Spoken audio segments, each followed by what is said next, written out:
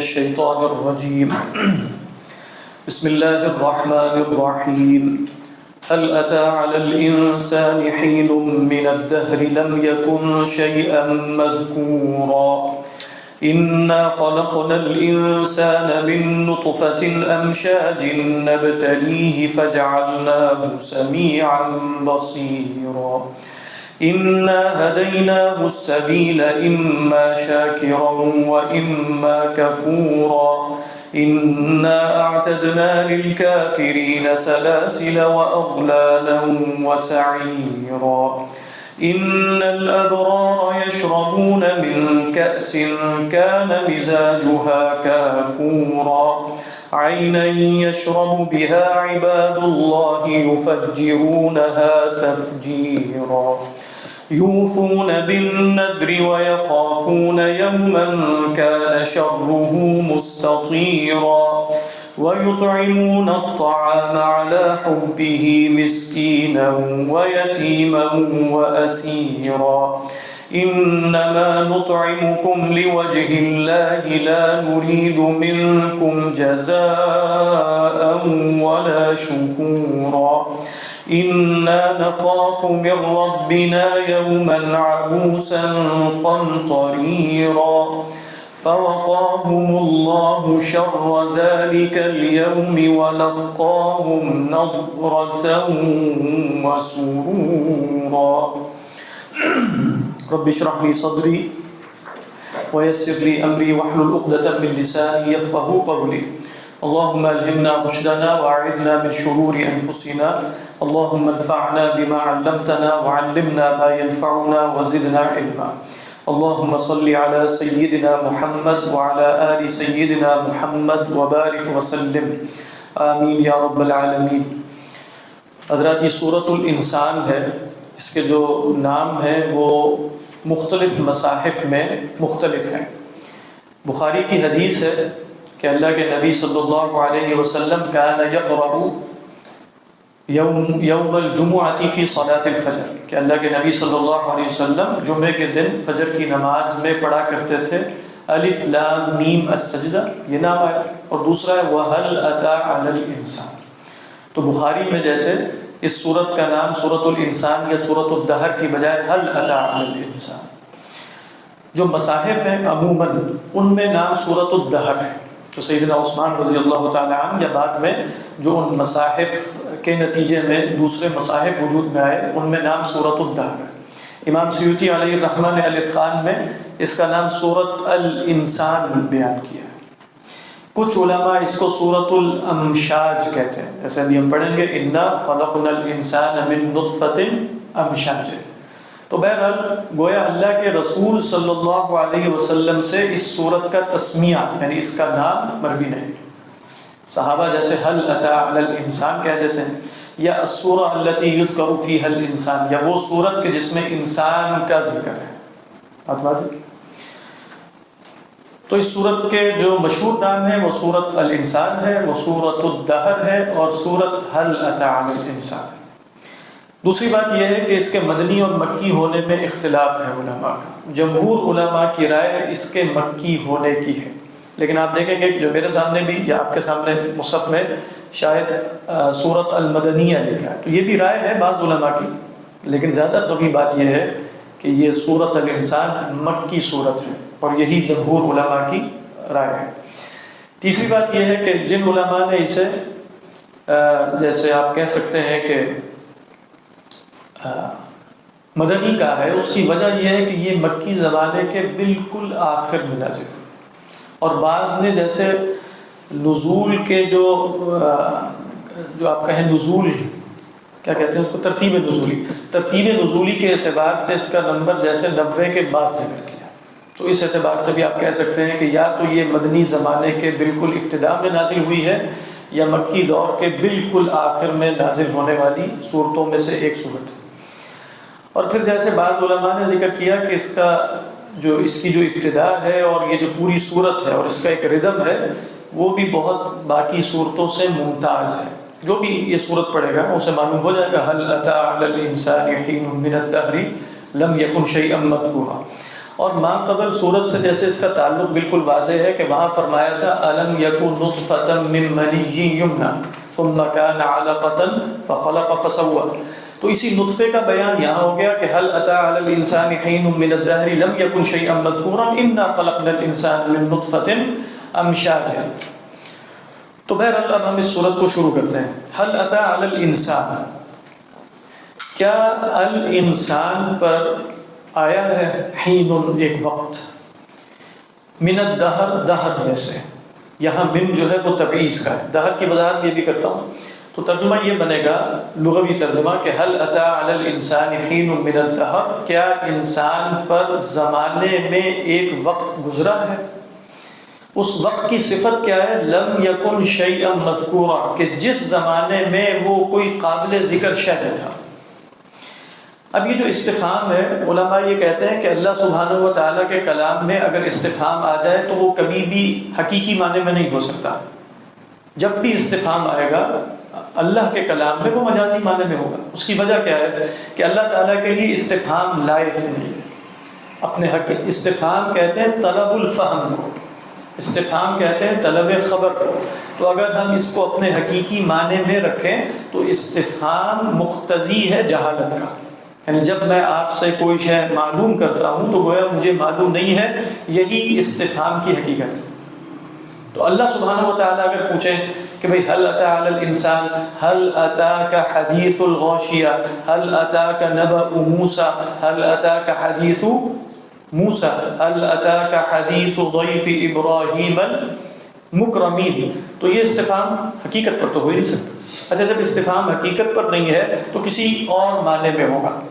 آپ نے سنا ہوگا کہ ایک استفہام ہوتا ہے استفہام تقریری، اور ایک استفہام ہوتا ہے استفہام انکاری۔ نام سنے ہوں گے نا، بلاغت میں استعمال ہوتے ہیں۔ استفہام انکاری کس کو کہتے ہیں؟ جس میں استفہام کا مقصد اس بات کی نفی ہوتی ہے، اور استفہام تقریری اس استفہام کو کہتے ہیں جس میں استفہام کا مقصد اس بات کا اثبات ہوتا ہے۔ تو اگر نفی ہو تو وہ وہ کیا کہا اس کو، استفہام انکاری ہے، اور اگر اس بات مقصود ہو تو استفہام تقریری۔ بات سمجھ میں آ رہی ہے کہ نہیں؟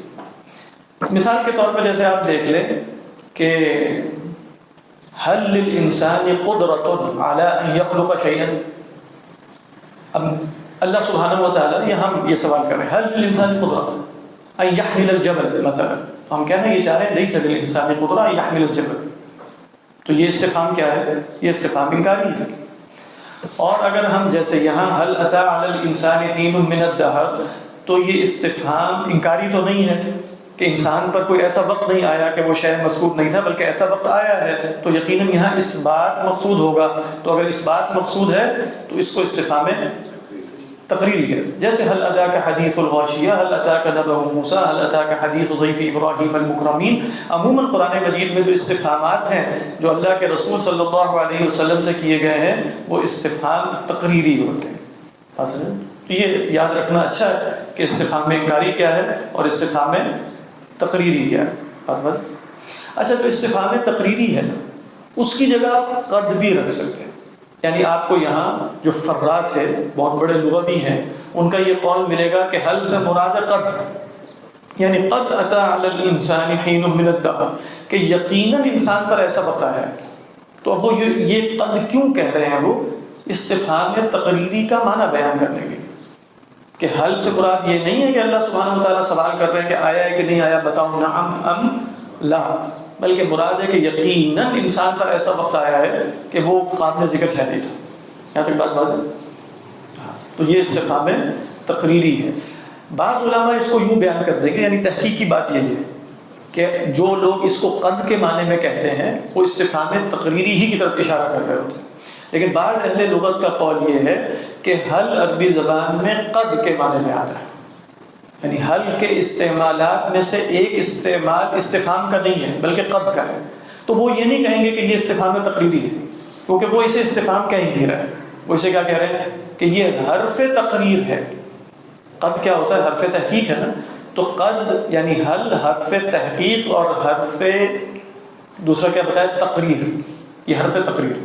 تو تو اب وہ استفہام لیں گے ہی نہیں، اور یہ نہیں کہیں گے کہ یہ استفہام مجازی معنی میں ہے، بلکہ وہ کیا کہیں گے کہ یہ استفہام ہے ہی نہیں سرے سے، بلکہ یہ حرف تحقیق ہے۔ اور جو پچھلی رائے تھی اس میں کیا ہے استفہام، لیکن استفہام تقریری ہے، استفہام اپنے مجازی معنی میں۔ تو تحقیقی بات کیا ہوئی کہ استفہام تقریری ہی اصل میں قد کا معنی دیتا ہے، تو یہ نہیں ہے کہ قد کا معنی الگ دے رہا ہے اور استفہام تقریری کا معنی الگ دیتا ہے، بلکہ استفہام تقریری ہی کو بعض علماء لغت قد کے طریقے پر بیان کر دیتے ہیں۔ ٹھیک، اس کے بعد اگلا سوال یہ تھا علماء نے اٹھایا کہ الانسان میں یہ الف لام کیا ہے، یعنی هل اتى علی الانسان، کہ کیا آیا انسان پر، کون سے انسان؟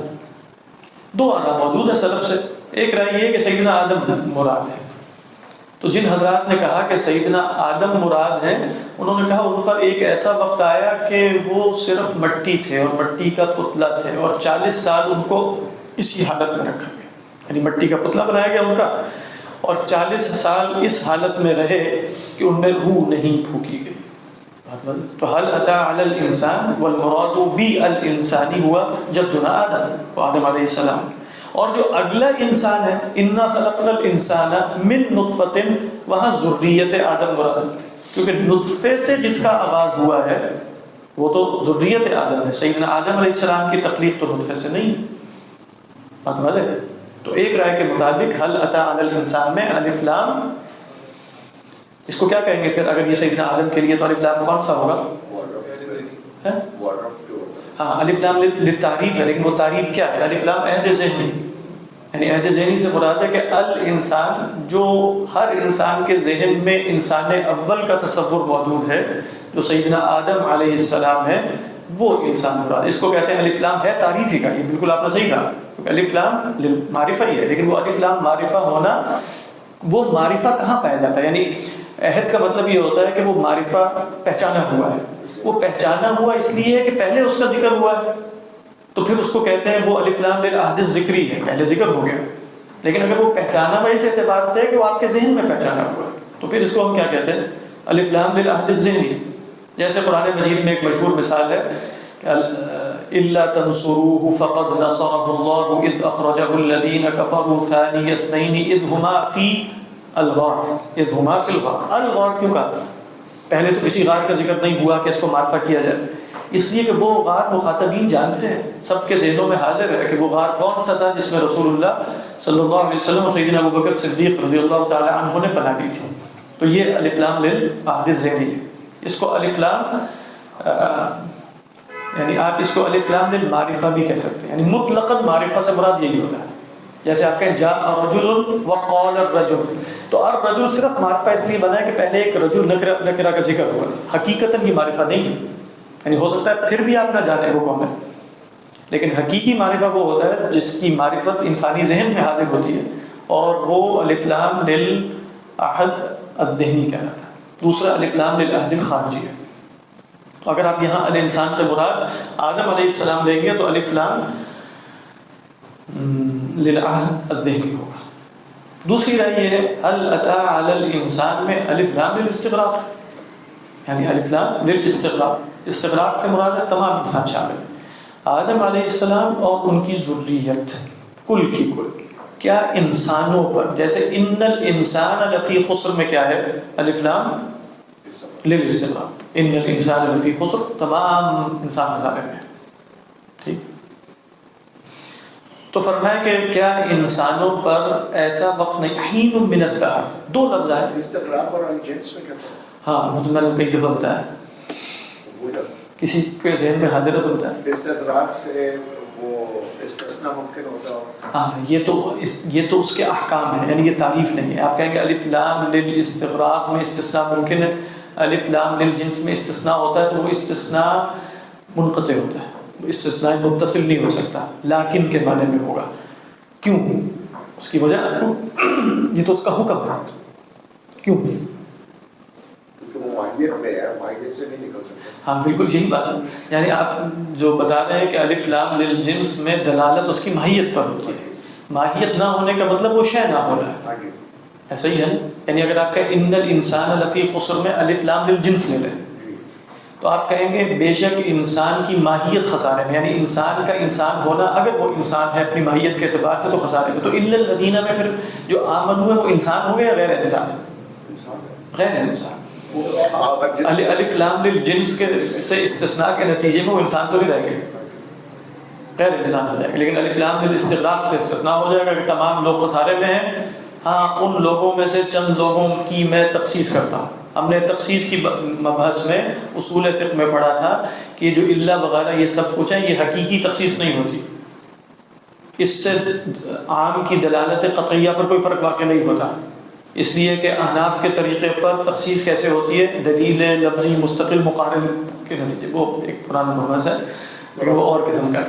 لیکن یہ ذہن میں رکھیے گا کہ مفسرین، یہ جو فرق میں نے آپ کو بیان کیا یہ آپ کو علم الکلام اور منطق میں زیادہ ملے گا، الف لام للجنس اور استغراق میں. اہل تفسیر جنس اور استغراق ایک معنی میں استعمال کرتے رہتے ہیں. لہٰذا وہاں اگر آپ ابن جریر طبری کے ہاں پڑھیں یا ابن کثیر علیہ الرحمہ یا اور مفسرین کے ہاں کہ بھئی یہ الف لام للجنس ہے تو وہ جنس بول کے استغراق مراد کرتے ہیں. یہ بھی ذہن میں رکھیے گا. یعنی کئی دفعہ ایک فن کی اصطلاح دوسرے فن والا ماہر کسی اور معنی میں بھی استعمال کر لیتا ہے. لیکن دقیق فرق یہی ہے، استغراق اور جنس میں حقیقی فرق یہی ہے جو میں نے آپ کو عرض کر دیا. یعنی استغراق میں افراد مراد ہوتے ہیں، وہ عام ہے. اسی لیے آپ بتائیے اگلا سوال اصول فقہ، الف لام للجنس اور الف لام للاستغراق میں سے کون عام ہے کون خاص ہے؟ ہاتھ اٹھا کر بتائیے. جنس خاص ہے، جنس خاص ہے اور استغراق. ہاں بالکل صحیح ہو گیا. یعنی الف لام میں اگر الف لام للاستغراق ہے تو یہ عام ہے، اور اگر الف لام للجنس ہے تو یہ خاص ہے. کیونکہ جنس میں تمام افراد شامل تو ہو سکتے ہیں لیکن بیک وقت مراد نہیں ہوتے. بات سمجھ آ رہی؟ یعنی اگر آپ کہیں جاء الانسان، جاء الانسان، دخل الانسان فی الغرفۃ، پوری نوع انسانی جو داخل نہیں ہو ہی نہیں سکتی. لیکن جنس مراد ہے کہ بھئی جن افراد پر ماہیت انسانی کا اطلاق ہوتا ہے ان میں سے ایک صاحب آ گیا تو آئیں گے. ہم نے پڑھا تھا خاص جو ہے وہ ایک خاص شخصی ہوتا ہے، خاص نوعی ہوتا ہے، خاص جنسی ہوتا ہے.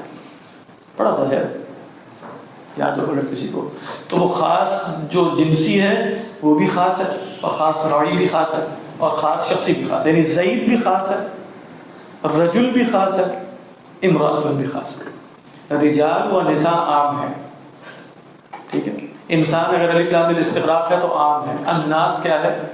عام ہے. اللہ اعلم.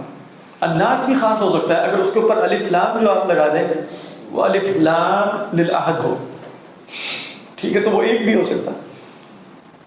الذین قال لهم الناس ان الناس قد جمعوا لكم، جن سے لوگوں نے کہا کہ لوگ تمہارے لیے جمع، تو جن لوگوں نے کہا وہ ایک ہی آدمی تھا.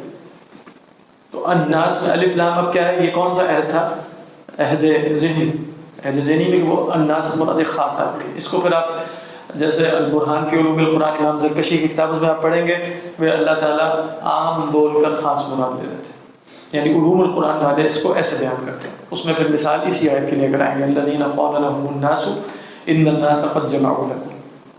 بہرحال تو هل اتى علی الانسان، کیا انسانوں پر حین من الدہر، حین اور دہر یہ دو لفظ ہیں، دونوں ہی زمانے پر دلالت کر رہے ہیں.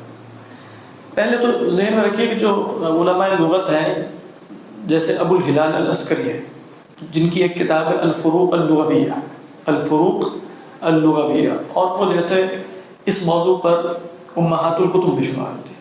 یعنی کس موضوع پر؟ کہ وہ الفاظ کہ جو تقریباً ہم مترادفات میں شمار کرتے ہیں لیکن ان میں جو فروق ہیں لغوی اعتبار سے، اس پر جو کتاب لکھی گئی ہے اس کتاب کا نام ہے الفروق اللغویہ. تو وہ جیسے لفظ لے کر انہوں نے کہا زمان بھی ہوتا ہے، عصر بھی ہوتا ہے، دہر بھی ہوتا ہے، اور حین بھی ہے. جیسے حین بھی آ گیا، یہ کیا مترادفات ہیں یا مترادفات نہیں ہیں؟ تو اہل لغت کہتے ہیں کہ مترادفات نہیں ہوتے، اکثر یہی کہتے ہیں، کوئی نہ کوئی دقیق فرق بیچ میں موجود ہوگا. تو فرق کیا ہے دہر اور زمان میں؟ بات واضح. دہر اور زمانے میں ہم بھی بولتے ہیں. اللہ تعالیٰ نے کہا لا تسبوا الدہر مثلا فإنی انا الدہر اقلب اللیل والنہار. جو فرق علماء لغت نے بیان کیا ہے وہ یہ ہے کہ دہر کہتے ہیں مدت طویلہ کو، ایک رائے ہے، یعنی زمانہ چھوٹا بھی ہو سکتا ہے زمانہ کیا ہے؟ چھوٹا بھی ہو سکتا ہے، دہر ہمیشہ ایک طویل مدت ہوگی۔ اس میں یہ فرق نہیں ہے اسپیس اینڈ ٹائم میں، زمانے میں ٹائم کا زیادہ کانسیپٹ اور دہر میں اسپیس کا کانسیپٹ؟ اس لیے کہ دہر کا لفظ اسپیس پہ دلالت نہیں کرتا، دہر کا لفظ ٹائم ہی پر دلالت کر رہا ہے۔ یعنی آپ اگر کہیں گے کہ زمانہ ٹائم ہے اور دہر اسپیس ہے تو یہ نہیں ہے اصل میں۔ اس لیے آپ دیکھیں اللہ تعالیٰ نے کیا فرمایا، لا تسبوا الدہر فإنی انا الدہر اقلب اللیل والنہار، یعنی میرے دہر ہونے کا مفہوم کیا ہے کہ میں دن اور رات کو پھیرتا ہوں۔ تو دہر کے اندر زمانے کا مفہوم ہے، لیکن وہ زمانہ چھوٹا بھی ہو سکتا ہے بڑا بھی۔ یہ دہر ہمیشہ مدت طویلہ ہوگی، ایک رائے یہ ہے اہل لغت کی۔ دوسری رائے یہ ہے کہ دہر ہے کل وقت۔ کل وقت سے کیا مراد ہے؟ زمانے کی ابتدا سے لے کر، زمانہ کبھی کہیں شروع ہوا ہے نا، کب شروع ہوا ہے ویسے زمانہ؟ اگر علم الکلام بھی آپ لوگ پڑھتے ہیں، زمانہ کب شروع ہوا ہے؟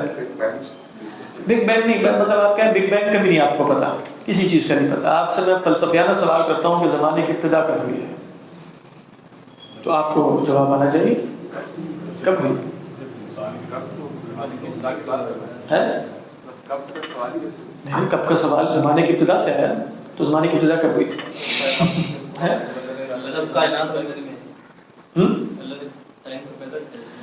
ہاں، مراد کیا ہے؟ حوادث، یعنی جب سے، کیونکہ زمانہ اصل میں ہم کیا کہتے ہیں، وہ حرکت کا نام ہے، متکلمین کیا ہے، یعنی زمانہ کیسے طے ہوتا ہے؟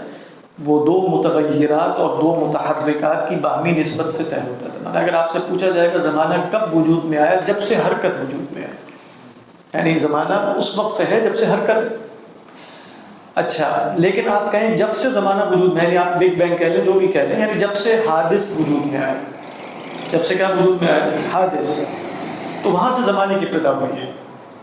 اور جب تک اللہ تعالیٰ حوادث کی بساط نہیں لپیٹتا اور وہ وقت آ جائے کہ اللہ کے سوا کوئی نہ ہو، پھر وقتی طور پہ کائنات کی بساط لپیٹ دی جائے، تو یہ وقت کیا ہے؟ دہر، یہ وقت دہر ہے۔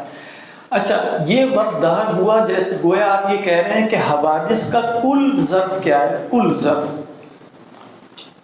دہر ہے، حوادث کا کل ظرف دہر ہے۔ لیکن جب آپ حوادث کی باہمی نسبت سے کوئی وقت کا تصور قائم کرتے ہیں، وہ زمان ہے۔ بات سمجھ میں آ رہی؟ یہ میں کوئی کلامی بات نہیں کر رہا، مطلب یہ اہل لغت نے بھی بیان کی، اہل لغت نے اس طریقے پر بیان کی ہے کہ کل مدت دنیا، یوں کہہ کر کل مدت دنیا کیا ہے؟ دہر۔ دنیا سے مراد یہ عالم ہے، یہ کون ہے۔ اور فرماتے ہیں زمان کیا ہے؟ وہ محل للحوادث ہے۔ زمان کیا ہے؟ وہ محل للحوادث ہے۔ تو ہم اس وقت کس زمانے میں ہیں، آپ کیسے طے کریں گے؟ دہر کل کے اعتبار سے طے تھوڑی کریں گے۔ آپ کہیں گے ہم 2026 میں ہیں، تو آپ نے 2026 میں حضرت عیسیٰ کی بالفرض پیدائش اگر ہے تو اس اعتبار سے اپنا ایک زمانہ، یعنی حادث کے اعتبار ہی سے ایک اور حادث کا زمانہ آپ نے طے کیا۔ ایسے ہی ہوا ہے نا، وگرنہ اگر حادث سے آپ ریلیٹ نہ کر سکیں تو اپنے زمانے کا تعین کیسے ہوگا؟ تو زمانے کا تعین تو ہمیشہ حادثات ہی سے ہوگا۔ سورج کا نکلنا بھی ایک حادث ہے، سورج کا غروب ہونا بھی ایک حادث ہے۔ تو میں اپنے آپ کو جو خود ایک حادث اور متغیر وجود ہوں، جب ایک اور حادث سے نسبت قائم کرتا ہوں تو ایک وہمی تصور میرے ذہن میں پیدا ہو جاتا ہے۔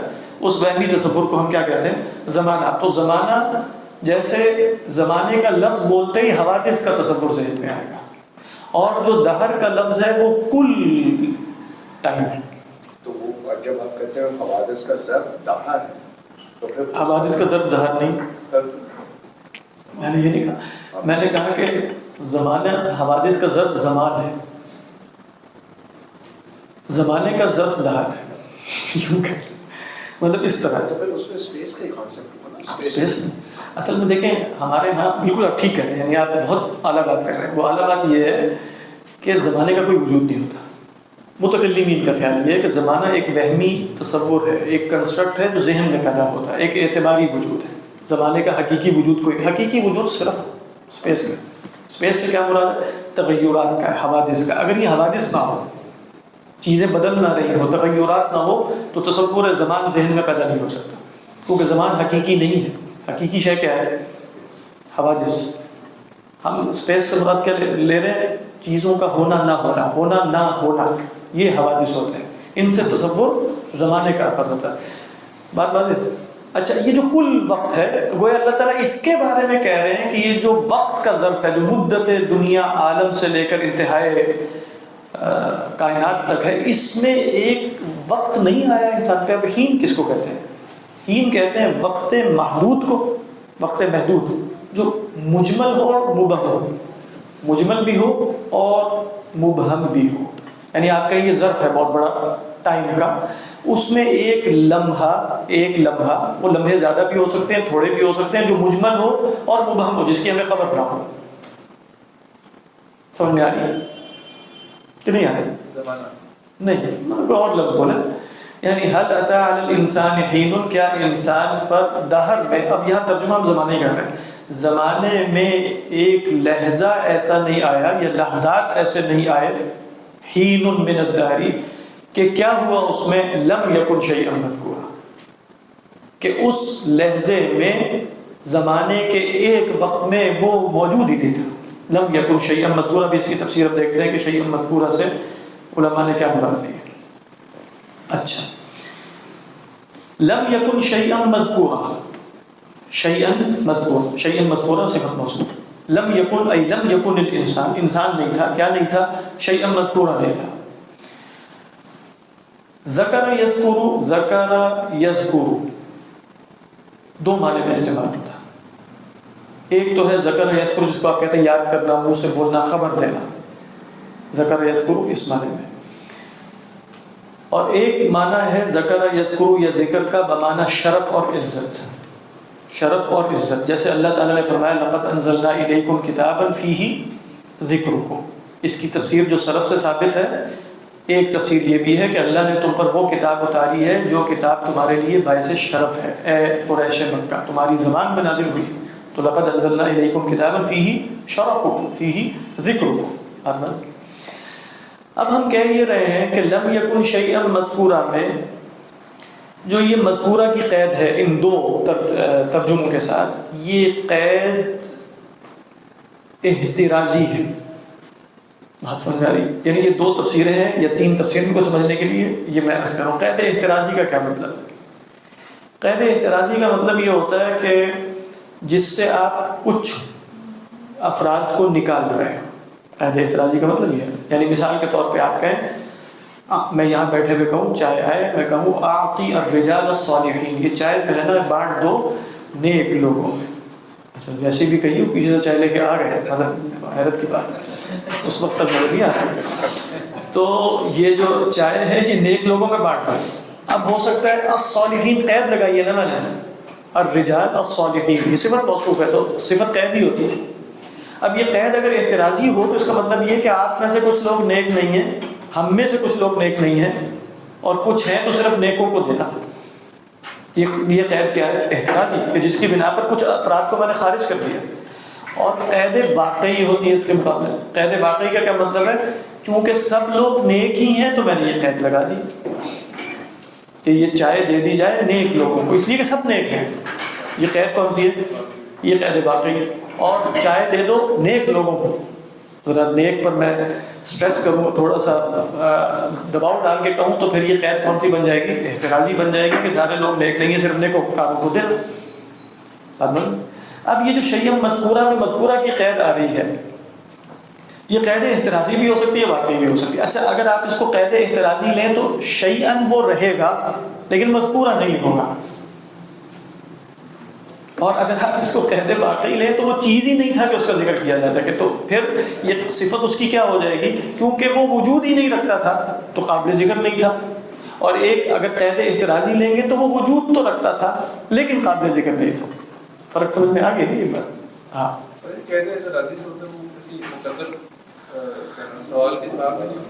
ضروری نہیں، وہ بھی ہوتا ہے لیکن ضروری نہیں۔ کیا مثال دی تھی میں نے؟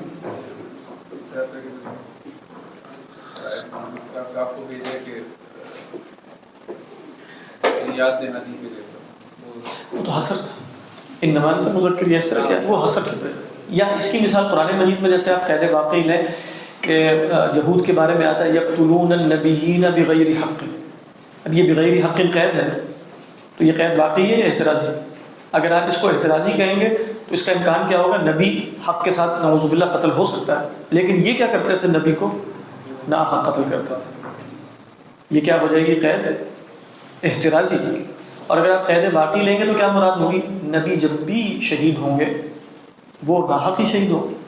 اسی طرح قرآن مجید میں آپ دیکھیں کہ سورہ ممتحنہ کے آخر میں جو نبی اکرم صلی اللہ علیہ وسلم کی بیعت آئی ہے نساء سے، اس میں کیا ہے؟ وَلَا يَعْصِينَكَ فِي مَعْرُوفٍ، یہ آپ سے معروف میں نافرمانی نہیں کریں گے۔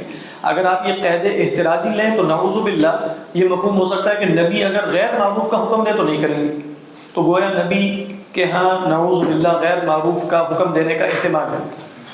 لیکن اگر آپ کہیں گے قید واقعی ہے کیونکہ نبی ہمیشہ معروف کا حکم ہی دیتے ہیں، لہذا یہ معروف میں نافرمانی نہیں کریں گے، یہی صحیح قول۔ یہ یہاں بھی آپ دیکھیں سلف سے جو تفسیر مروی ہے نا، اس کو سمجھنے کے لیے ضروری ہے کہ آپ کو معلوم ہو کہ شیء مذکورہ میں سلف ایک تفسیر میں وہ یہ نہیں کہیں گے ہم قید واقعی لے رہے ہیں اعتراضی لے رہے ہیں، کہ ایک تفسیر میں وہ قید واقعی لے رہے ہیں، ایک تفسیر میں وہ قید احتراضی لے رہے ہیں۔ لیکن اس سے مطلب ہے تو کوئی زیادہ فرق پڑے، مطلب فرق واقع ہوگا نہیں، مطلب فرق کی واقع ہوگا کہ ایک میں وجود انسانی ثابت کر رہے ہیں اس حین من الدہر میں، لیکن اس حین من الدہر میں وجود انسانی اس قابل نہیں تھا کہ اس کا ذکر کیا جا سکے۔ وجود انسانی تو ثابت ہو ہی رہا ہے، کیسے؟ جب شریعت کہہ دے تو وجود انسانی ثابت لم یکن شیء، لم یکن، اس سے وہ ایولیوشن تھیوری والوں کی اس کو سپورٹ ملتی ہے۔ وہ کیسے؟ ایولیوشن کے ذریعے سے چلتے چلتے چلتے ایک انسان بن گیا لیکن روح نہیں، پھر اللہ نے ان میں سے ایک کو پن کیا اور روح بن کے وہ آدم بن گیا، پن کیا؟ وہ نئی جو ہے وہ تکلیف۔ ہاں نہیں، اس کی دلیل اصل میں اس میں اصل میں نا وہ پھر ایسے ہی ہے کہ آپ اپنے الفاظ یا میں اپنے الفاظ، یہ تھیوری والے اپنے الفاظ بیچ میں ڈال دیں نا، وہ فل ان دی بلینکس ہو جائیں گی ساری کی ساری۔ یعنی اگر آپ نے روایت لے لی ہے تو روایت تو یہ ہے کہ وہ پتلا تھا، اس میں حیات بھی نہیں تھی، وہ پڑا ہوا تھا بس، اور شیطان بھی آ کے گھوم پھر کے دیکھتا تھا، روایات میں ہے، بخاری کی روایت میں ہے، کبھی اندر سے باہر سے، تو اس میں جیسے حیات نامی کوئی شے بھی نہیں تھی۔ یہ جو تصور ہے اس میں تو جو ہومو سیپینس تھے وہ سارے کے سارے کائنات میں جی رہے تھے، پھر اللہ تعالیٰ نے کہا کہ اس کو پکڑ کے روح پھونکتے، باقیوں کے بیچاروں کا پتہ نہیں کیا ہوا۔ پھر یہ بھی ایک سوال ہے، ان کو بیمار بھی ہو گیا، کیونکہ روح تو ایک نہیں پھونکی نا، باقی بھی تو آخر چلنے چاہیے تھے۔ یعنی ایسے انسان جو ظاہراً انسان ہو لیکن روح نہ ہو، وہ کدھر ہے؟ تو کہنے کا مقصد یہ ہے کہ خام خواہ اتنی توڑ موڑ کرنی پڑے تو، اور وہ چیز فی نفسی ہی بھی پتہ نہیں درست ہے کہ نہیں، قرآن مجید کو اس سے دور ہی رکھنا چاہیے۔ اصلاً فائدہ تو یہی ہونا چاہیے۔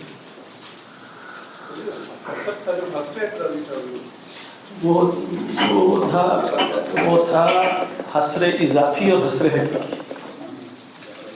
وہ اضافی جس کو آپ ریلیٹو کہتے ہیں، یعنی مثال کے طور پر میں آپ سے کہوں کہ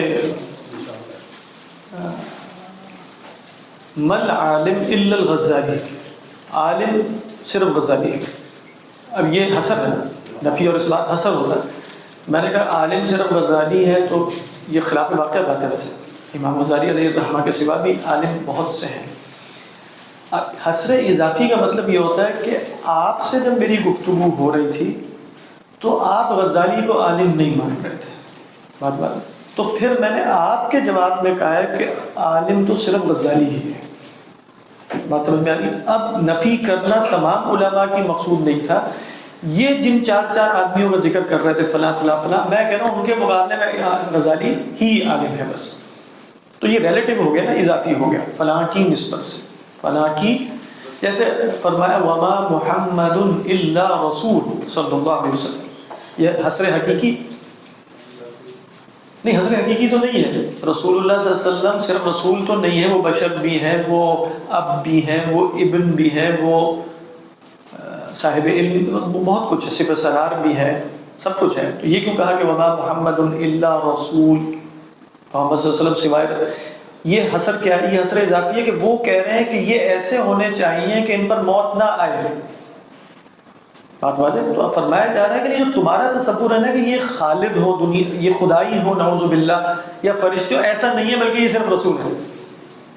قد خلت من قبلہ الرسل افإن مات او قتل آگے بات آ بھی گئی نا کہ صرف رسول کہنے کا مقصد یہ ہے کہ وہ فوت بھی ہو سکتے ہیں اور وہ شہید بھی ہو سکتے ہیں. خیر اچھا، اگر آپ اس کو اب لیں قید واقعی کے اعتبار سے یا قید اعتراضی کے اعتبار سے، تو ترجمہ بنے گا کہ کیا انسان پر کوئی ایسا وقت نہیں آیا زمانے میں کہ وہ قابل ذکر شے نہ تھا یا قابل شرف شے نہ تھا. اگر ذکر سے مراد ہم شرف لیں یا ذکر لیں، شے تھا لیکن اس صفت کے ساتھ نہ تھا. یعنی لم یکن شیئا مذکورا میں جو نفی ہے شیئت کی، وہ اس صفت کے ساتھ ہے کہ وہ شے مذکور نہ تھا، غیر مذکور تھا. تو پھر کیا ہے؟ پھر مراد یہ لی گئی. اگر الانسان سے مراد آپ آدم لیتے ہیں تو ان میں بھی روح نہیں پھونکی گئی تھی، وہ صرف مٹی تھے. اور اگر انسان مراد لے رہے ہیں تو وہ صرف نطفہ تھا. اس کے اندر شرف تو بعد میں پیدا ہوا جب انشأناہ خلقا آخر. وہ قابل ذکر بھی نہیں تھا کہ اس کا ذکر کیا جائے، اور نہ اللہ سبحانہ و تعالیٰ کی طرف سے وہ مشرف تھا، اس کی تکریم کی گئی تھی. بلکہ تکریم تو روح پھونکنے کے بعد ہوئی ہے کہ ثم انشأناہ خلقا آخر فتبارک اللہ احسن الخالقین. بات یہ کس صورت میں ہم نے ترجمہ کیا؟ اگر ہم یہاں قید سے مراد قید احتراجی لے رہے ہیں، اور اگر قید واقعی لیں گے تو پھر ترجمہ یہ ہوگا کہ کیا انسان پر زمانے میں ایک وقت ایسا نہ گزرا کہ وہ شے ہی نہیں تھا کہ ذکر کیا جاتا، وجود ہی نہیں تھا، عدم محض کی بات ہو رہی ہے، تھا ہی نہیں وہ. بات ہے یہ دونوں سلف سے ثابت. اچھا پھر جب وہ نہیں تھا تو کہاں سے ہو گیا؟ فرمایا انا خلقنا الانسان من نطفۃ، ہم نے پیدا کیا انسان کو نطفے سے. اس میں بھی علماء بلاغت نے یہ بات ذکر کی ہے کہ یہاں انا کیوں کہا گیا ہے؟ کیونکہ مخاطبین اگر کسی بات کو مانتے ہوں تو اس بات کے اس بات میں انا یا حرف توکید لانا خلاف فصاحت ہے. بات تو واضح سی ہے نا. یعنی اگر آپ خلاف ذہن بیٹھے ہوئے ہیں تو میں آپ سے کوئی ایسی بات جو آپ ماننے کے لیے بالکل تیار ہوں اور میں یوں کہوں کہ اللہ کی قسم بے شک ایسے ہی، تو آپ کہیں کہ کیوں اللہ کی قسم اور بے شک یہ کیوں اس طرح کی باتیں کریں؟ صرف اتنی سی بات کہہ دیں کہ بھئی 11 بجے کے بعد مثلا اصول فقہ کی کلاس ہوگی، مان لیں گے ہم کہ ہوگی، بے شک اور تاکید اور اس طرح کوئی ضرورت نہیں. ہاں اگر سامنے منکرین بیٹھے ہوں جو انکار کر رہے ہیں تو پھر آپ حرف توکید اختیار کرتے ہیں، مگر نہ اختیار نہیں کرتے. اور پھر سامنے والا کس درجے کا منکر ہے اسی درجے کے اعتبار سے آپ حروف توکید بڑھاتے رہتے ہیں. توکید سے مراد تاکید ہے. یعنی آپ کہیں کہ سامنے والا خالی الذہن ہے تو میں کہوں گا سیأتی زید، زید صاحب آئیں گے، آپ نے کہا آئیں گے، ٹھیک ہے مان لیے. آپ کے اندر تھوڑا سا تردد ہے تو میں کہوں گا ان زیدن سیأتی، کیونکہ آپ کے اندر ایک انکار تھا. آپ کے اندر اور انکار بڑھ گیا تو میں کہوں ان زیدن لا یأتی. اور اگر اور بھی آپ نہیں مانے تو پھر دیر میں قسم ہی کھا دوں واللہ ان زیدن لا یأتی، اللہ کی قسم زید نے آیا. فورب السماء والارض انه لحق. اس لیے کہا جاتا ہے نا کہ ایک اعرابی نے جب یہ آیت سنی تو اس کو شدید اس پر کیفیت طاری ہو گئی کہ اللہ کو اتنا غصہ کس نے دلایا کہ وہ اتنی تاکید کے ساتھ باتیں کر رہے ہیں. یعنی فورب السماء والارض، زمین و آسمان کے رب کی قسم، انه تاکید، لا حق، انه لحق، اس سے تاکید ہو ہی نہیں سکتی، ممکن ہی نہیں. عربی زبان میں اس سے تاکید نہیں ہوتی. مثل ما انکم تنطقون. بات واضح. تو یہاں ایک درمیانے درجے کی توکید ہے، وہ کیا انا خلقنا الانسان. لیکن پھر بھی علماء بلاغت نے یہ سوال اٹھایا کہ سامنے والے اس بات کے قائل تو تھے نا کہ اللہ نے پیدا کیا. وَلَئِنْ سَأَلْتَهُمْ مَنْ خَلَقَ السَّمَاوَاتِ وَالْأَرْضَ لَيَقُولُنَّ اللَّهُ. تو یہ کہنا کہ انا خلقنا الانسان، کیا سامنے والے منکر ہیں اس کے؟ بات سمجھ رہے ہیں؟ تو پھر جو اہل علم بیان کرتے ہیں کہ بھئی سامنے والا اگر اپنے علم کے مقتضا پر عمل نہ کرتا ہو تو اسے بمنزلہ جاہل بنا کر خطاب کیا جاتا ہے. یہی ہوتا ہے. یعنی آپ کسی سے کہتے ہیں مطلب یہ تمہارا باپ ہے، جب وہ اپنے باپ سے بے ادبی کر رہا ہے تو کیا اسے علم نہیں ہے کہ وہ میرا باپ ہے؟ آپ لیکن آپ پھر بھی کہتے ہیں اس لیے کہ وہ اپنے علم کے مقتضا پر عمل نہیں کر رہا، اپنے علم کے مقتضا پر عمل نہیں کر رہا. تو یہاں بھی چونکہ ان کا یہ علم کہ اللہ سبحانہ و تعالیٰ نے انہیں پیدا کیا یہ انہیں حاصل ہے، لیکن اس علم کا ایک مقتضا ہے وہ اس پر عامل نہیں ہے، لہذا انہیں جاہل تصور کر کے خطاب کیا جا رہا ہے کہ تم نہیں جانتے، بلکہ تردد بھی ہے تمہارے اندر اس بات کو ماننے میں، یعنی تمہارا عمل صرف اس بات پر دلیل نہیں ہے کہ تم نہیں جانتے، بلکہ ایسا لگ رہا ہے کہ کچھ انکاری بھی ہو۔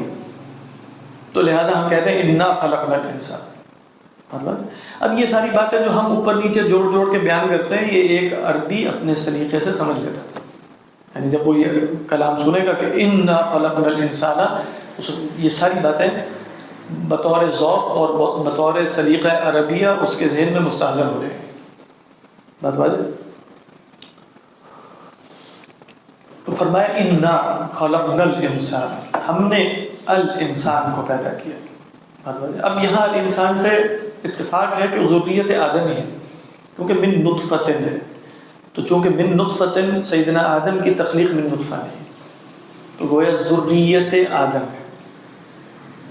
وَلَقَدْ خَلَقْنَا الْإِنسَانَ مِنْ سُلَالَةٍ مِّن مَاءٍ مَهِينٍ، اس کے بعد ثُمَّ جَعَلَ نَسْلَهُ، نہیں وَلَقَدْ خَلَقْنَا الْإِنسَانَ مِنْ سُلَالَةٍ مِّن طِينٍ، ثم کیا ہے اس کے بعد وہ ایک دوسری جگہ ہے ثم جعل نسلہ من سلالۃ من ماء مہین، پھر ہم نے اس کی نسل کو آگے کیسے جاری کیا؟ ماء مہین سے۔ تو یہاں بھی وہی ہے کہ پہلا انسان ہو سکتا ہے حضرت آدم ہو، اور دوسرا انسان کون ہے؟ ان کی ذریت۔ تو انا خلقنا الانسان من نطفۃ، ہم نے انسان کو ایک نطفے سے پیدا کیا ہے، امشاج، جی کس کا ہاں عہد ذہنی یہ استغراق بھی لے سکتے ہیں، جس کو کہتے ہیں استغراق عرفی۔ استغراق عرفی مفسرین کے ہاں استغراق کا معنی دیتا ہے، لیکن اس میں 2 4 5 یعنی قلیل تعداد میں استثناء ہو سکتا ہے، بہت قلیل تعداد میں، لیکن استغراق ہی ہوتا ہے۔ تو آپ کہہ سکتے ہیں انا خلقنا الانسان، تمام انسانوں کو، اور ایک استثناء گویا کہ نہ ہونے کے برابر، تو اس کو استغراق حقیقی تو نہیں کہیں گے، لیکن یہ استغراق عرفی ہے، یعنی عرف میں عام لوگوں کے کلام میں مطلب 90 100 95 90% کو بھی استغراق ہی شمار کر لیا جاتا ہے، یعنی یہ عرف کا استعمال ہے، اس کو استغراق عرفی کہتے ہیں۔ تو انا خلقنا الانسان من نطفۃ، ہم نے انسان کو نطفے سے پیدا کیا۔ نطفہ نون طافہ کا جو مادہ ہے اس کے اندر دلالت ہوتی ہی کسی شے کے تھوڑے ہونے پر ہے، یعنی من ماء قلیل، من نطفۃ۔ اس کے بعد فرمایا امشاج، اس کو نطفہ امشاج سے پیدا کیا ہے۔ امشاج کے بارے میں اولاً علماء صرف میں شدید اختلاف واقع ہوا ہے، یعنی اتنا اختلاف ہے کہ وہ مطلب رد و قدر بھی ہے ایک دوسرے پر، مراد یہ کہ نہیں یہ اس کی دلیل، یہ نہیں ہے اس کی یہ۔ خلاصہ کیا ہے اس کا؟ خلاصہ یہ کہ یہ جمع ہے کہ مفرد ہے۔ امشاج کا لفظ جو ہے وہ جمع ہے یا مفرد؟ بظاہر اپنے وزن کے اعتبار سے جمع محسوس ہوتا ہے، افعال کا وزن، جیسے باب ہے تو اس کی جمع کیا ہے؟ ابواب ہے، سبب ہے تو اس کی جمع کیا ہے؟ اسباب ہے۔ تو جن لوگوں نے کہا کہ یہ مفرد ہے ان میں پھر اختلاف واقع ہوا کہ اس کا مفرد کیا ہے، یعنی کسی نے کہا مشج ہے، کسی نے کہا مشیجن ہے، اور تیسرے نے کہا مشیجن ہے۔ یہ 3 رائے پائی جاتی ہیں اور ہر ایک کے اپنے اپنے دلائل ہیں، مشجن، مشیجن اور مشیجن۔ دوسری رائے یہ ہے جس پر بہت زیادہ شد و مت سے جنہوں نے یہ رائے بیان کی ہے وہ امام زمخشری ہیں کہ یہ مفرد ہے۔ کچھ اوزان عربی کے ایسے ہیں جو بظاہر جمع کے صیغے پر محسوس ہوتے ہیں لیکن وہ جمع نہیں ہوتے، وہ کیا ہے؟ وہ مفرد ہے۔ اسی لیے آپ دیکھ رہے ہیں کہ نطفۃ بھی مفرد ہے اور اس کی صفت بھی مفرد ہی ہونی چاہیے ان کا خیال، یعنی انا خلقنا الانسان من نطف نہیں ہے، نطفۃ کی جمع کیا ہے؟ نطف، بلکہ ہے من نطفۃ، تو ایک ہی نطفے کی صفت بیان کی جا رہی امشاج۔ اللہ عالم۔ اس پر اتفاق ہے کہ میم شین جیم کا معنی کیا ہے، اس پر تو اتفاق ہے، یعنی یہ تو صرف صرفی بحث ہے، معنی کے اعتبار سے کوئی فرق واقع نہیں ہو رہا۔ مشجن کہتے ہیں خلق، یعنی مشج یمشی، جو مشجن کا معنی ہے 2 چیزوں کو یا 2 سے زیادہ اخلاط کو، اخلاط کہتے ہی ہیں جن میں ایک سے زیادہ چیزوں کا مکسچر ہو، ان کو آپس میں جمع کرنا، یہ امشاج ہے۔ چاہے آپ اس کو مشیجن کی جمع لیں یا اس کو مفرد لیں، دونوں صورتوں میں مراد یہ ہے کہ انا خلقنا الانسان من نطفۃ امشاج ای نطفۃ مخلوطۃ۔ جب خلط ہوگا تو مفرد کیسے ہوگا؟ نطفہ ہے نا، ایک اس کا ہول تو ایک ہی ہے نا، یعنی ایک ہی نطفہ ہے، اس کے اندر آپ کہیں کہ انگریڈینٹس بہت سارے ہیں. یعنی خلط کیا ہے؟ مختلف. جیسے آپ کہیں آپ نے ایک مطلب پھکی بنائی ہے، پھکی کا کافی ذکر ہوتا ہے، تو پھکی جو ہے اس کے اندر بہت ساری چیزیں، لیکن اب جب وہ مجموعے کے طور پہ وہ ایک عنوان اس کا بن گیا نا، وہ پھکی ہے. نہیں یہ نہیں بات سمجھ رہے. کیوں؟ کیونکہ جب آپ خلق کہہ رہے ہیں میم شین جی میں، تو ہاں خلط کس کا ہے وہ بتائیں گے کیا. مثلا مشہور بات یہ ہے کہ ماء المرأة و ماء الرجل، مثلا مشہور سلف سے تفسیر یہ ہے ماء المرأة و ماء، اس کے بعد جو اس کی ایک صورت بنی ہے جس کو آپ کیا کہتے ہیں اپنی زبان میں؟ نہیں، اس پہ پھر لطفہ کا مطلب زائگوٹ ہوگا. ہاں زائگوٹ. اور لطفہ کا مطلب سپرم نہیں ہے. ہاں اچھا، سب سپرم بھی ہے، وہ بتاتا ہوں کس صورت میں. وہ اس صورت میں ہے کہ وہ جیسے امام راضی آپ کو بتائیں گے جو نطفہ ہے نا، جو انسانی نطفہ تشکیل پایا جیسے مرد کا، اس کے اندر جو اجزاء وہ بتائیں گے، اس میں زمین بھی ہے، اس مطلب زمین سے غذا آئی ہے، فلاں ہے فلاں، اس میں اخلاق بھی ہے، اس میں انسانی مزاج جو 4 قسم کے ہیں، صفرا اور فلاں فلاں فلاں فلاں فلاں، وہ بھی سارے اس کے اندر شامل ہے. تو وہ ایک نطفہ بھی، چاہے ابھی وہ زائگوٹ نہیں بنا ادھر سے جا کر، وہ ایک نطفہ بھی اپنے اندر بہت سے احوال رکھتا ہے اور بہت سی چیزوں سے مخلوط ہے، مل کر بنا ہے. یعنی اس ایک نطفے کی صفت بھی یہ ہے کہ وہ امشاج ہے، اور جب وہ دو مل جاتے ہیں تب بھی یہ صفت ہے کہ وہ امشاج ہے. یعنی وہ اس وقت صفت ایک اور اعتبار سے کہ وہ ماء الرجل اور ماء المرأة بننے کے بعد اس کی ایک نئی حیت بنی ہے، اور ماء قبل بھی وہ مخلوط ہے. اس پہ تو کوئی بھی بحث کر سکتے ہیں. ہاں کر سکتے ہیں، لیکن یہ بات درست ہے کہ وہ مخلوط ہے قبل اس کے کہ وہ یعنی ماء الرجل جو ہے وہ یقیناً ہے تو صحیح، اس کے اندر بہت کچھ ہوگا. نہیں تو پھر آپ انڈیویجول چیز پہ تو پین ڈاؤن کسی پہ بھی نہیں کر سکتے. ہاں بالکل نہیں، وہی بات ہے. یعنی آپ یوں کہیں گے کہ نطفہ ایک عنوان ہے نا، اس میں ہم یعنی یہ گفتگو لغوی ہے، یہ گفتگو مطلب لغت کے اعتبار سے ہوتی ہے. یعنی ہو سکتا ہے آپ کہیں یہ بسکٹ ہے، یہ ایک بسکٹ ہے، ٹھیک ہے. اب آپ اس کو ایک کیوں کہہ رہے ہو تم، یہ تو اس کے اندر پتہ نہیں کیا کیا کچھ ہے، لیکن وہ بالکل درست ہے. لیکن جب یہ ایک فارم میں وجود میں آ جائے گا تو اہل لغت اس کے لیے عدد میں کیا استعمال کریں گے؟ ایک یا دو؟ ایک ہی استعمال کریں گے. نطفے کے اندر ہو سکتا ہے بہت کچھ ہو، جیسے فرما رہے ہیں امام راضی کہ اس کے اندر کیا کیا کیا کیا کچھ ہو سکتا ہے، بلکہ عالم اصغر پورے موجود ہے.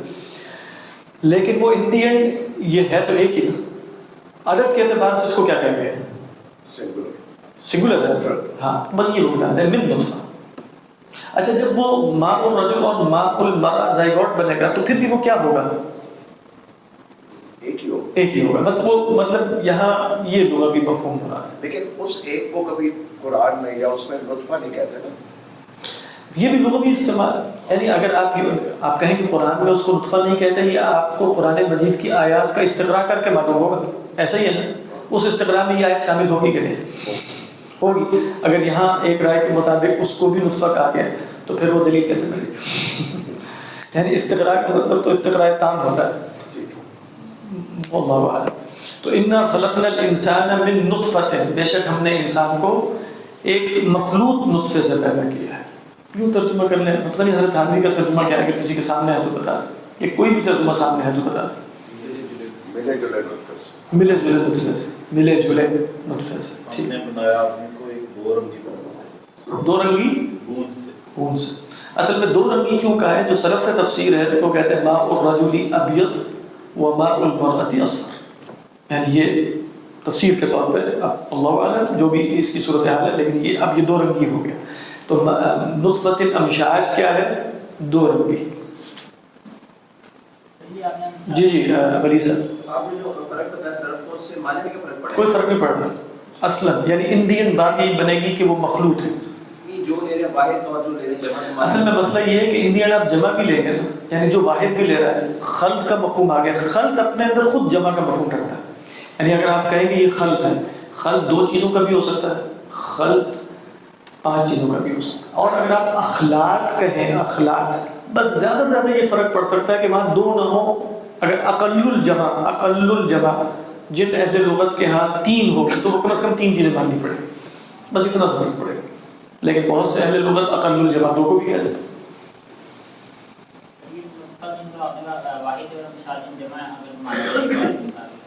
پھر اخلاق مراد ہو جائیں گے. وہ یعنی وہ نطفہ اپنے اندر بہت سے اجزائے ترکیبی رکھتا ہے. اس میں جمع کا مفہوم زیادہ بہتر نہیں ہوگا کیونکہ اللہ تعالیٰ فرما رہے ہیں خلقنا الانسان. اب انسان ایک نطفے سے تو نہیں بنا خالی. ہاں اصل میں مراد آپ کہیں نا خلقنا الانسان، تمام انسانوں کو ہم نے نطفے سے پیدا کیا. اس کو کہتے ہیں عربی زبان میں کہ آپ جب جمع سے خطاب کریں تو پھر جب اس کے مقابلے میں آپ سے کہوں آپ سب قلم نکال لیں، میں جملہ یہ بولوں آپ سب قلم نکال لیں. اب یہاں قلم نکالنے سے مراد ایک قلم نکالنا ہے یا ہر ایک اپنا اپنا قلم نکالنا ہے؟ قلم تو زیادہ ہوگا، لیکن میں نے لفظ جو بولا تھا آپ اقلام نکالنے بولا تھا یا قلم نکالنے. اس کو کیسے سمجھیں گے بلاغت میں؟ آپ کہیں گے خطاب چونکہ جمع سے ہو رہا ہے نا، اور اس میں جب مفرد آیا تو وہ مفرد ہر ایک کے اعتبار سے، یعنی ہر ایک اپنا قلم نکال لیں. آپ سب اپنے قلم نکال لیں، یعنی آپ سب اپنے اپنے قلم نکال لیں. اسی طرح جب اللہ نے فرمایا کہ اِنَّا خَلَقْنَا الْإِنسَانَ مِن نُطْفَةٍ أَيْ كُلَّ وَاحِدٍ مِنَ الْإِنسَانِ مِن نُطْفَةٍ. نہیں میرا خیال قابل فہم کی بات ہے نا. نہیں پوچھیں گے کیوں نہیں قابل فہم؟ یعنی یہ میں نے آپ کو ابھی مثال دی تھی، اس سے سمجھ وہ والی مثال نہیں ہے. آپ کہیں ہم نے انسان کو بحث تمام انسانوں نطفہ، اب اردو میں بولیں ہم نے تمام انسانوں کو نطفے سے پیدا کیا. آپ یہ کہہ سکتے ہیں کہ نہیں اردو میں نطفے پہ نہیں کر رہا ہوں. اس کے بعد جو امشاج ہے اس کا مطلب یہ ہے کہ اس میں یہ مفرد نہیں ہے. نہیں آپ نے اس کی دلیل کے طور پہ یہ رائے اختیار کی کیونکہ انسان جمع ہے.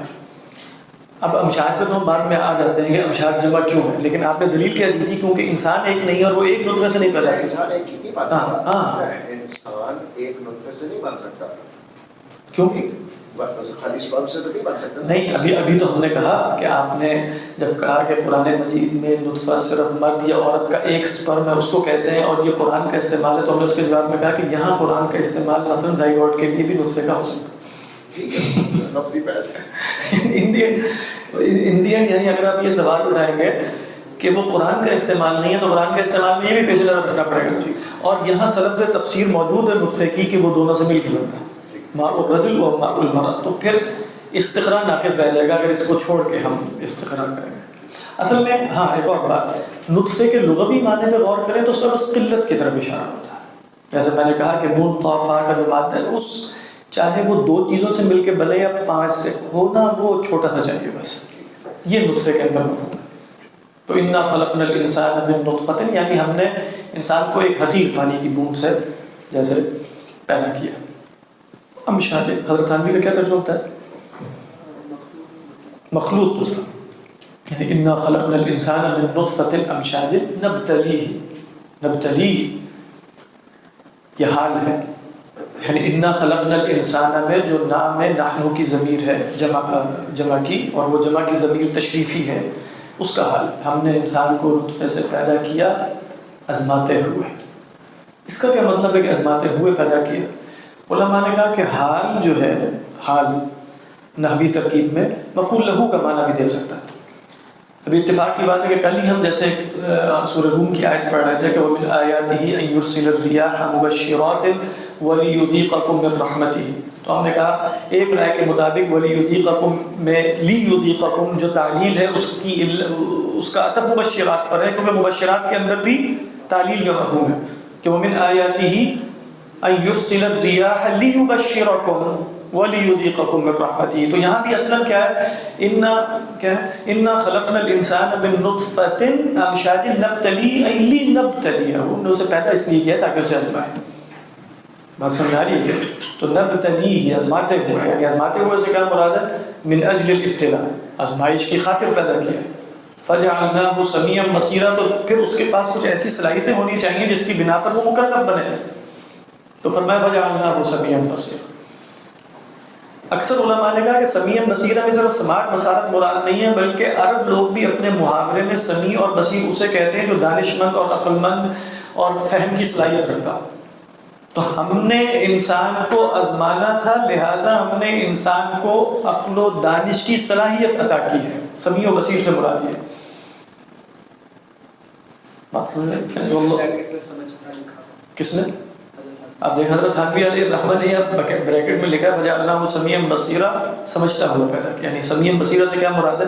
صرف یہ نہ کہنا کہ سنتا دیکھتا تو جانور بھی ہے، تو سمیعا بصیرا صرف اگر سمیعا بصیرا کافی ہوتا ابتلا کے لیے تو ہر سمیع اور بصیر میں ابتلا ہونی چاہیے، تو ہر سمیع اور بصیر تو مکلف نہیں ہے. تو یہاں سماعت و بصارت سے مراد محض سماعت و بصارت نہیں ہے، بلکہ سماعت و بصارت بول کر باقی سارے لوازمات بھی مراد لیے گئے ہیں، اس میں عقل بھی ہے، دانش بھی ہے، فؤاد بھی ہے. واللہ اخرجکم من بطون امہاتکم لا تعلمون شیئا وجعل لکم السمع والابصار والافئدة لعلکم تشکرون. بعض علماء نے محض سماعت و بصارت مراد دی ہے اور عقل مراد دی ہے اگلی آیت میں انا ہدیناہ السبیل، کہ ہدایت دو طریقوں پر ہوتی ہے، عقل اور رسول. وہ انشاءاللہ آئندہ عرض کریں گے. صدق اللہ علیہ وسلم.